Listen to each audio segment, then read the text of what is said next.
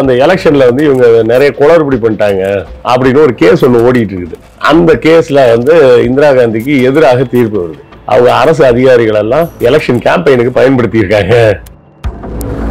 இப்போ வெஸ்ட் பெங்கால்ல வந்து பாத்தீங்கன்னா சித்தார்த் பாசுன்னு நினைக்கிற அவர் பேர். அவர் வந்து இந்திரா காந்தியோட ஒரு க்ளோஸ் எய்ட். அவங்க இதுக்கு வேற வழியே இல்லை, எமர்ஜென்சி கொண்டு வந்துருங்க, எமர்ஜென்சி கொண்டு வந்துட்டா யாரும் ஒன்றும் பேச முடியாது. அந்த எமர்ஜென்சியில வட இந்தியாவில் பாதிக்கப்பட்டவர்கள் ஏகப்பட்ட பேர்.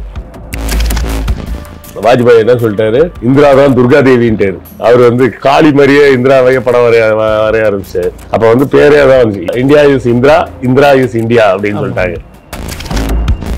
எமர்ஜென்சியில இவ்வளவு கஷ்டப்பட்டு திமுக ஜெயிக்கும் தான் எல்லாரும் நினைச்சிட்டு இருந்தாங்க. ஆனா திமுக தோத்துருச்சு, எம்ஜிஆர் ஜெயிச்சிட்டாரு. அதன் பிறகு 80ல தான் திரும்ப இந்திரா காந்தியை கூட்டு வந்தாரு, கலைஞரே கூட்டு வந்தாரு. நேருவின் மகளே வருக, நிலையான ஆட்சி தருக அப்படின்னு ஒரு கோஷம் வச்சு இதை சந்திக்கிறாங்க அந்த பார்லிமெண்ட் எலெக்ஷன்.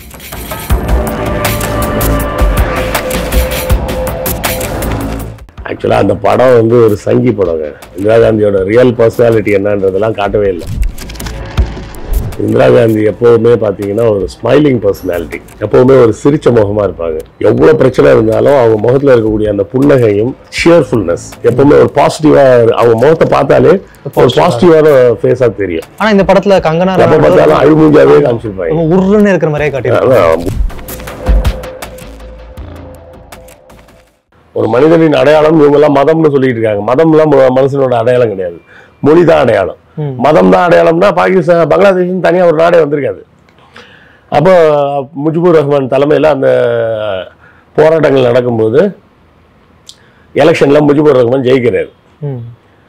ஜெயிச்ச உடனே ஆர்மி அனுப்பி அவர் ஆட்சியை கலைச்சிடுறாங்க. அவங்க எல்லாரும் தப்பிச்சு அங்க இருந்து கல்கத்தா வந்துடுறாங்க. கல்கத்தா வந்த உடனே கல்கத்தால அவங்களுக்கு தனியா ஒரு இடத்த கொடுத்து இந்திரா காந்தி என்ன சொல்றாங்க, பங்களாதேஷின் தனி நாடை நாங்க அங்கீகரிக்கிறோம், நீங்க இங்கேயே உங்க சட்டசபையை நடத்துங்க, ஐ மீன் நாடாளுமன்றத்தை நடத்துங்க அப்படின்னு சொல்லி அவங்களுக்கு ஆதரவு கொடுக்குறாங்க. இப்ப இந்த ஆதரவு கொடுக்கும்போது பங்களாதேஷ் எல்லையில பாகிஸ்தான் ராணுவம் அடிக்கடி ஊடுருவக்கூடிய வேலைகள்லாம் நடக்குது, அதெல்லாம் தடுக்கிறாங்க. ஒரு கட்டத்தில் பாகிஸ்தானுக்கு வந்து என்ன பண்றதுன்னே தெரியாம எரிச்சலாகி இந்தியா ஏரியாவுல வந்து குண்டு போட ஆரம்பிச்சாங்க. இதுக்கு தான் இந்திரா காந்தி வெயிட்டிங். அவர் சாம் மானக்ஷா முதல்ல இருந்து கேட்டுட்டு இருப்பாரு, நீங்க ஊன்னு சொல்லுங்க நான் போய் அடிச்சிடுவோம் அப்படி, வெயிட் பண்ணுங்க சொல்றான்னு வெயிட் பண்ண சொல்லி இந்திரா அவங்க வந்து அடிச்சதுக்கப்புறம் திரும்ப அடிக்க சொல்றாங்க. அடிச்சு போனா இந்த பக்கம் போறாங்க, அந்த பக்கம் பங்களாதேஷ்குள்ள என்ட்ரு ஆகுறாங்க. கரெக்டா 14 நாள்ல பங்களாதேஷை பிடிச்சிட்டாங்க. அமெரிக்காவோட போர்க்கப்பல் அங்க இருந்து கிளம்பி வருது.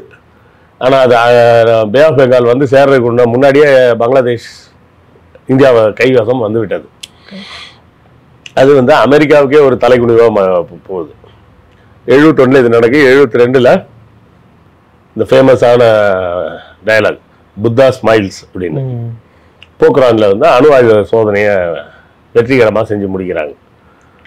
இது வந்து இந்தியா வந்து முக்கியமான நாடுகளில் ஒரு நாடு அப்படின்ற பட்டியலில் அப்பதான் இந்தியா சேருது 72ல. இது நடந்துட்டு இருக்கும்போது அந்த எலெக்ஷன்ல வந்து இவங்க நிறைய குளறுபடி பண்ணிட்டாங்க அப்படின்னு ஒரு கேஸ் ஒன்று ஓடிட்டு இருக்குது. அந்த கேஸ்ல வந்து இந்திரா காந்திக்கு எதிராக தீர்ப்பு வருது. இந்திரா காந்தி எலெக்ஷனில் ஜெயிச்ச விதம் வந்து தப்பு, அவங்க அரசு அதிகாரிகள் எல்லாம் எலெக்ஷன் கேம்பெயினுக்கு பயன்படுத்தி இருக்காங்க, அது இதுன்னு சில முறைகேடுகள் நடந்திருக்கு அப்படி இப்படின்னு சொல்லி அவங்க எலெக்ஷன்ல செல்லாதுன்னு தீர்ப்பு கொடுத்துட்டாங்க.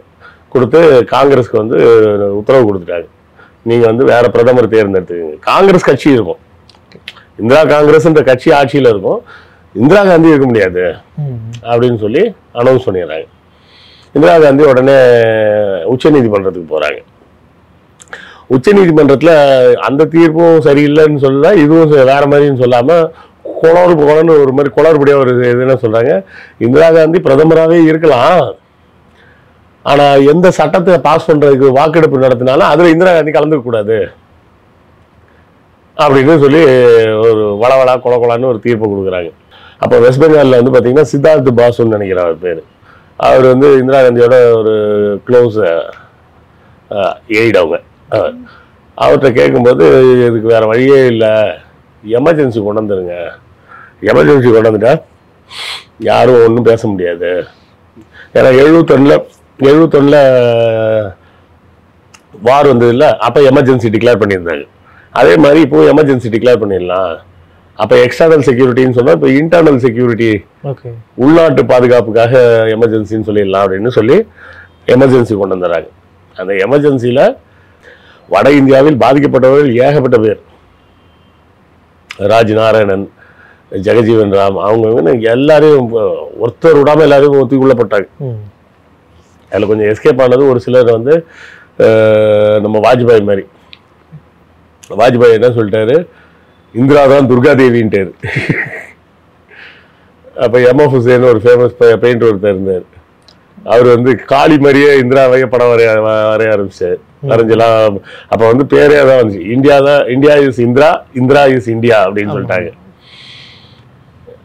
தமிழகத்திலும் மிகப்பெரிய பாதிப்பு ஏற்பட்டது. ஆனால் தமிழகத்தில் அந்த எமர்ஜென்சியோட எஃபெக்ட் ஸ்டார்ட் ஆகிறதுக்கு கொஞ்சம் லேட் ஆச்சு.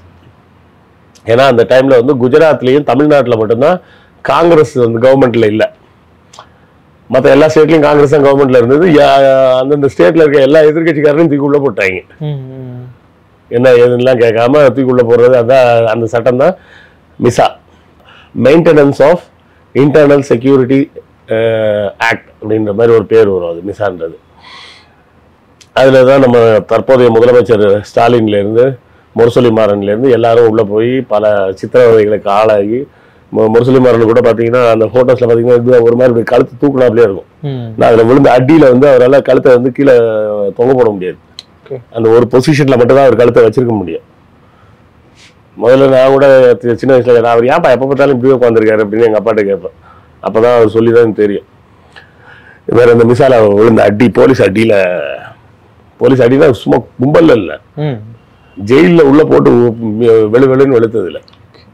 அப்படி அடிப்பட்டதில் நம்ம முதலமைச்சருக்கு அடிபட்டு, இன்னைக்கு முதலமைச்சருக்கு பார்த்தீங்கன்னா லேசாக அந்த வாய் இந்த பக்கம் லேசாக அப்படி இழுத்தாப்புல இருக்கும்.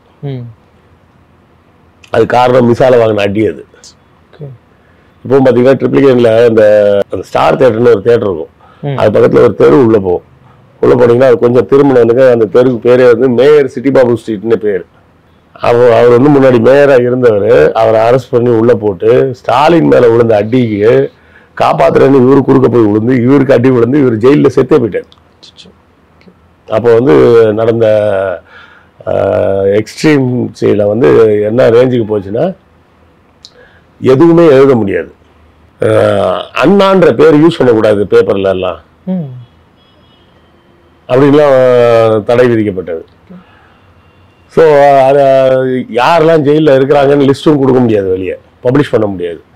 அப்போ அண்ணாவோட நினைவு நாளுக்கு அன்னைக்கு மறுநாள் வந்து முரசொலியில் இவர் பட்டியல் வெளியிடுறார்.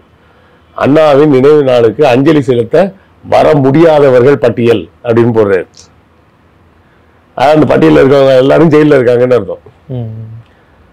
போலீஸ் வந்து சொல்ல விட மாட்டாங்க ஜெயிலில் இருக்காங்களா இல்லையான்னு. அப்போ வந்து கேரளாவில் ரொம்ப ஃபேமஸ், ஒரு கடைசியாக மிசாலாம் முடிஞ்சுதான் தெரிய வந்தது. ஒரு பையனை காணும்னு போலீஸில் கம்ப்ளைண்ட் கொடுத்துருக்காரு ஒரு ப்ரொஃபஸர். அப்புறம் பார்த்தா அந்த பையன் கம்யூனிஸ்ட் கட்சியில் இருக்கிறான்னு சொல்லி போலீஸ் கூப்பிட்டு போய் அடிச்சு செத்தே போயிட்டான். அது செத்தே போயிட்டான்றதெல்லாம் அதுக்கப்புறம் தான் வருது. நம்ம ஜார்ஜ் பெர்னாண்டஸ்லாம் கேள்விப்படுறோம்ல, அவர்லாம் வந்து அப்போ தமிழ்நாட்டில் தான் வந்து ஒளிஞ்சிருந்தார். ஏன்னா தமிழ்நாட்டில் அப்போ காங்கிரஸ் ஆட்சி இல்லைன்றதுனால. அதுக்கப்புறம் தான் திமுக ஆட்சியை கலைச்சாங்க. அந்த நேரத்தில் நம்ம புரட்சி தலைவர் எம்ஜிஆர் வந்து பயங்கர வீரமானவர் இல்லை, அதனால் போய் டெல்லியில் போய் உங்கள் எமர்ஜென்சியை நாங்கள் ஆதரிக்கிறோம் அப்படின்னு ஆதரவு தெரிவிச்சு வந்துட்டாரு. எம்ஜிஆர் அந்த காலத்து எடப்பாடியார் தான். அந்த காலத்து எடப்பாடி இந்த காலத்து எம்ஜிஆர்னு வச்சுக்கிங்க, இல்லை இந்த காலத்து எம்ஜிஆர் அப்படின்னு வச்சுக்கலாம் நம்ம. அப்போ இதெல்லாம் முடிஞ்சு ஒரு வழியாக 77 வந்து அவங்க வந்து அந்த எமர்ஜென்சியை வாபஸ் வாங்கிடுறாங்க. எலெக்ஷன் வருது. எலெக்ஷனில் இந்திரா காந்தியும் தோத்துட்டாங்க, கலைஞரும் தோத்துட்டாரு. வழக்கமாக பார்த்தா எமர்ஜென்சியில் இவ்வளோ கஷ்டப்பட்டு திமுக ஜெயிக்கும் தான் எல்லாரும் நினச்சிட்டு இருந்தாங்க. ஆனால் திமுக தோத்துருச்சு, எம்ஜிஆர் ஜெயிச்சிட்டாரு.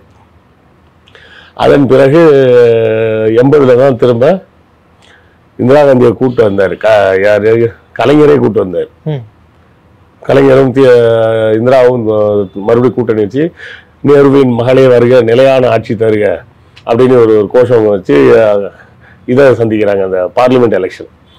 அதில் கலைஞரோட ஸ்பெஷாலிட்டி என்னன்னா, இதே தமிழ்நாட்டில் இதே சென்னையில் மெரினா பீச்சில் அப்போ வந்து சீரணி அரங்கம்னு ஒரு பில்டிங் உண்டு. இப்போ அது இல்லை, இடிச்சிட்டாங்க. ஜெயலலிதா அம்மையார் இடிச்சு தள்ளிட்டாங்க. அது எதுக்குன்னு அந்த சீரணி அரங்கத்தில் நடந்த கூட்டத்தில் இந்திரா காந்தி மன்னிப்பு கேட்டாங்க.